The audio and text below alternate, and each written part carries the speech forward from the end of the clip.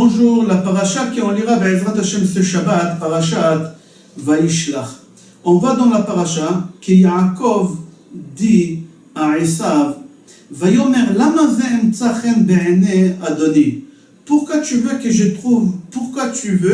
vais trouver grâce à tes yeux?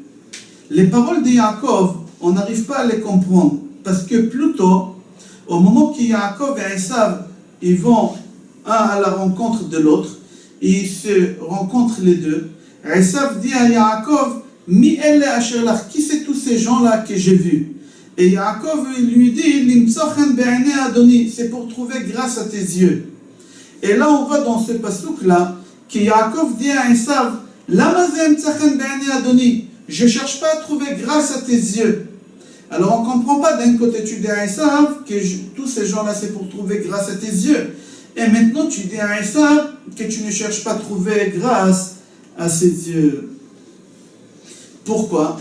Venez, on va lire le Midrash, qu'est-ce qui s'est passé là-bas.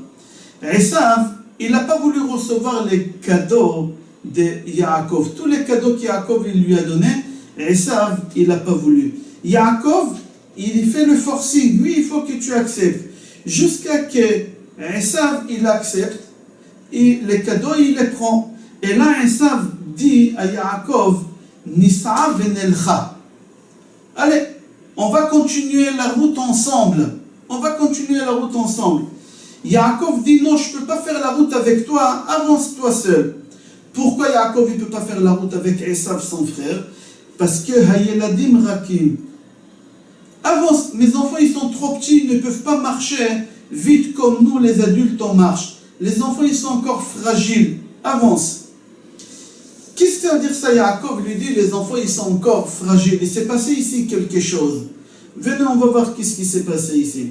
Esav, il a donné une idée à Yaakov. Il a dit à Yaakov, en voyant tes enfants, je me suis rendu compte que les enfants que tu as, c'est des enfants qui sont très intelligents. C'est des enfants qui sont génies. C'est dommage que tu es en train de les gâcher comme ça, hein, à leur faire apprendre la Torah toute la journée, de matin au soir, à la yeshiva, au cheder. Tu perds ton temps. Laisse-moi tes enfants 2 heures par jour seulement. Tous les jours, tu me les laisses 2 heures. Et moi, j'ai un professeur à l'université qui va leur apprendre c'est quoi la vraie vie. Il va leur apprendre le maths, l'anglais, il va leur apprendre beaucoup de choses. Yaakov, il a entendu ça. Il n'a pas accepté de donner ses enfants et à s'occuper de l'éducation de ses enfants à Esav ou à un professeur, à un enseignant qui va leur enseigner des choses qui n'ont aucun rapport avec notre vision de la Torah. Alors Yaakov dit à son frère, avance. Il a dit, les enfants ils sont encore fragiles. Et il essaie de se débarrasser de lui. Et c'est comme ça, il lui dit, Yaakov, je ne cherche pas à trouver grâce à tes yeux. Au début, il lui a dit, je voulais trouver grâce à tes yeux. Pourquoi? Parce que, et ça il dit à son frère, j'ai vu des gens, j'ai vu 40 millions, Shishim Ribo, 40 millions des anges, j'ai vu. Et Yaakov lui dit, je t'ai envoyé ces anges pour trouver grâce à tes yeux. C'est-à-dire quoi, trouver grâce à tes yeux? Je voulais te montrer que grâce à la Torah, qu'est-ce qu'on peut faire? Je voulais te montrer que je ne suis pas un charlatan comme tu disais tout le temps. Et voici avec la Torah où on peut y aller aussi loin. Et là, Yaakov lui dit, je ne veux pas que tu t'occupes de l'éducation des enfants. Yaakov lui dit, Im Lavan Garti, j'habitais avec Lavan. Garti, c'est 613. C'est la même chose que les mêmes lettres que Tariag. 613 mitzvot. Avec Lavan, j'ai habité et je me suis protégé de Lavan. Moi, adulte comme je suis, l'éducation que j'ai reçue de mon père Yitzhak, et quand même je me suis protégé, je fais très attention de ne pas apprendre de ces actes de Lavan. Le Zohar HaKadosh dit que Lavan c'était un gros sorcier. C'était un des plus grands sorciers au monde. Dans l'histoire de tous les sorciers, Lavan c'était le plus grand sorcier au monde. D'où on sait?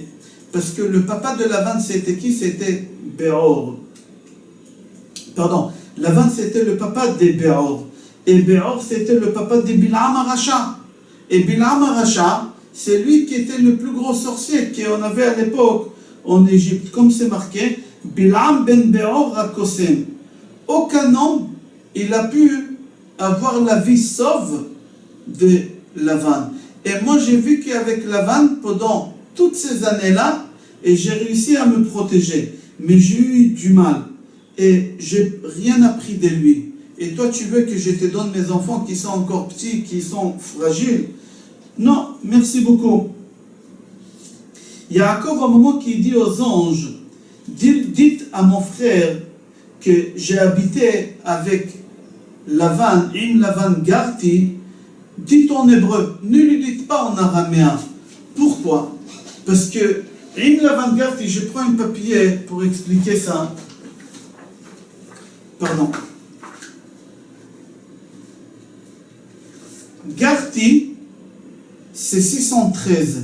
Avec Lavan, j'ai habité et j'ai fait les 613 mitzvot Tariag. Comment on dit en araméen Garti, j'ai habité? Lavan, il dit aux anges, dites en araméen que habiter. Mais pardon, pas en araméen, en hébreu. Pourquoi? Parce qu'en hébreu, ça va sortir 613. En araméen, comment on dit Garti? On dit Darti. Rim Lavan Darti. Et Darti en valeur numérique, c'est 614. Je veux que vous lui dites Garti en hébreu pour qu'il comprenne que la Torah, elle va me protéger. Si vous allez lui dire Darti avec Dalet, ça va faire 614. Il va croire qu'il y a une de mitzvot que je ne les ai pas fait. Et il pourra m'abattre, il pourra me gagner. Dites-lui dès le départ qu'il n'y a rien qui pourra m'abattre parce que j'ai étudié la Torah et j'ai tout fait dans la Torah, même que j'ai habité chez Lavan. C'est marqué dans la paracha encore. Ki bemakli avarti et ayarden azeh. Ki bemakli avarti et ayarden azeh, c'est-à-dire quoi? Dans Perek Lamed Bet Pasuk Yud Aleph, Rashi dit que Yaakov Avinu, il a pris son bâton et il l'a mis sur le Jourdain.